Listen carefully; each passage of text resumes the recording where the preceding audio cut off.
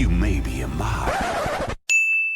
Normally, it's the villains giving Ladybug and Cat Noir time to power up, but this time, it's Ladybug who decides to do nothing as Mime goes through his needlessly long pantomime. I think this is called How to Pad an Episode's Runtime 101. Maybe try going around, over, or even underground. I mean, you could definitely keep attacking the one place you know there's an impenetrable wall, but it seems like a bit of a waste of time. There, I did it. I wish you did. When he started miming the car, the bars disappeared. You knew that, and instead of saying something or going after him, you just stood there? Also, no, I did not edit that. The show really does just freeze on that one frame. How this episode was ever approved to be aired, I'll never know. This girl has terrible survival instincts. Don't duck and cover, move! Your fragile body will not protect that little boy at all. Not bad for driving an invisible car. In the real world, people have a hard time stopping like this for cars they can actually see, let alone invisible ones. In reality, this scene plays out much differently, but again, this is still a kid show, and massive car pileups aren't quite kid-friendly. Of course, they'll never believe us if we tell them we just saved their lives. You are literally superheroes, and you're both floating in midair right now. I am pretty certain they'll believe you.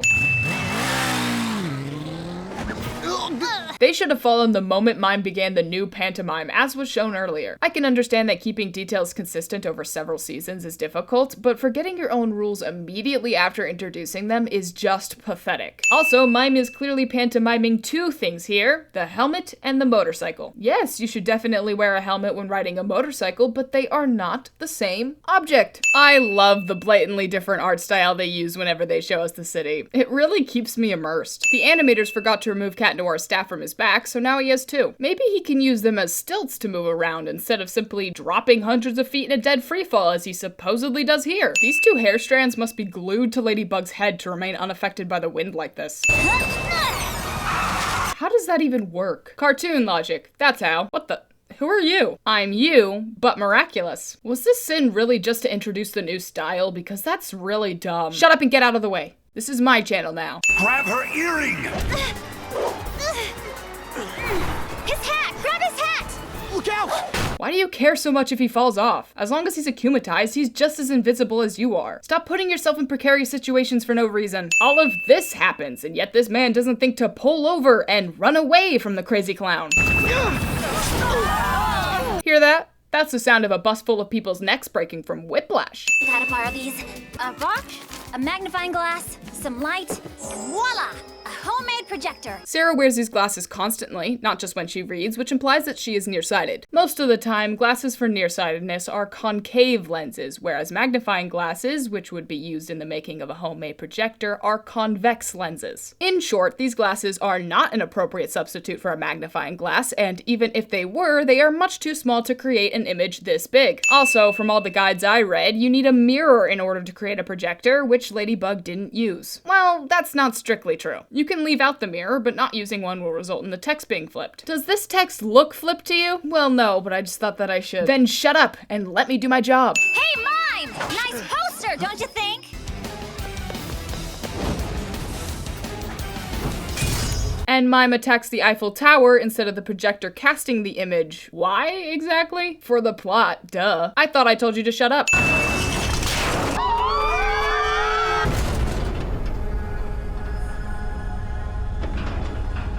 Ladybug makes the incredibly risky guess that Mime, instead of simply jumping out of the way of the obstacle using his superpowers, would choose to stay put and catch it. All of these people would have died if Mime wasn't incredibly stupid. Our heroes, everyone. No, Ladybug, don't! If the deakumatization process occurs immediately after releasing the Akuma, you'll be crushed.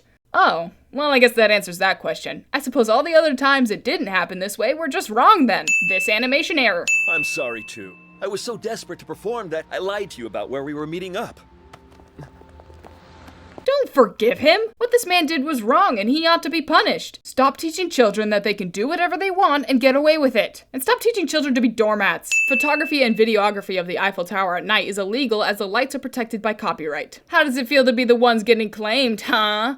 Huh? Don't like it very much, do you? They aren't wearing any makeup like they were for the posters, so I guess the posters were just false advertising. Also, I kept from sending this because I thought Fred might wear a wig or something, but seeing as he isn't wearing one here, I'll send it now. These posters are obviously of Chris, not Fred, because Fred does not have red hair. I accidentally erased your Ladybug video on your phone and...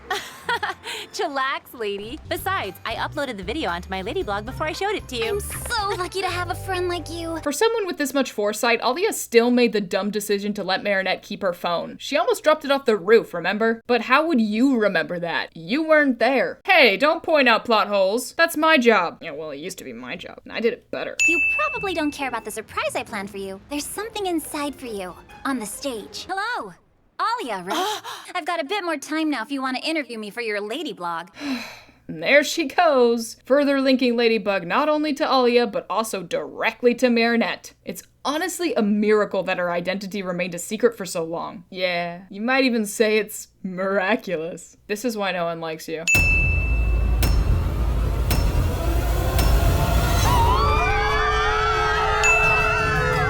The show really does just frame on that one frame on that run frame. On the run frame. Frame on the run frame. We are on Sin 30. Woo! We are on Sin 30. Yeah! We are on Sin 30. Woo! And normally this would be the end of the episode, or very close to it. But little did you know, in this episode, we're only halfway through it. Somebody kill me. Why did I do this to myself? It was at this moment that he knew. This girl's crazy! This girl is awesome. She's crazy awesome. Huh?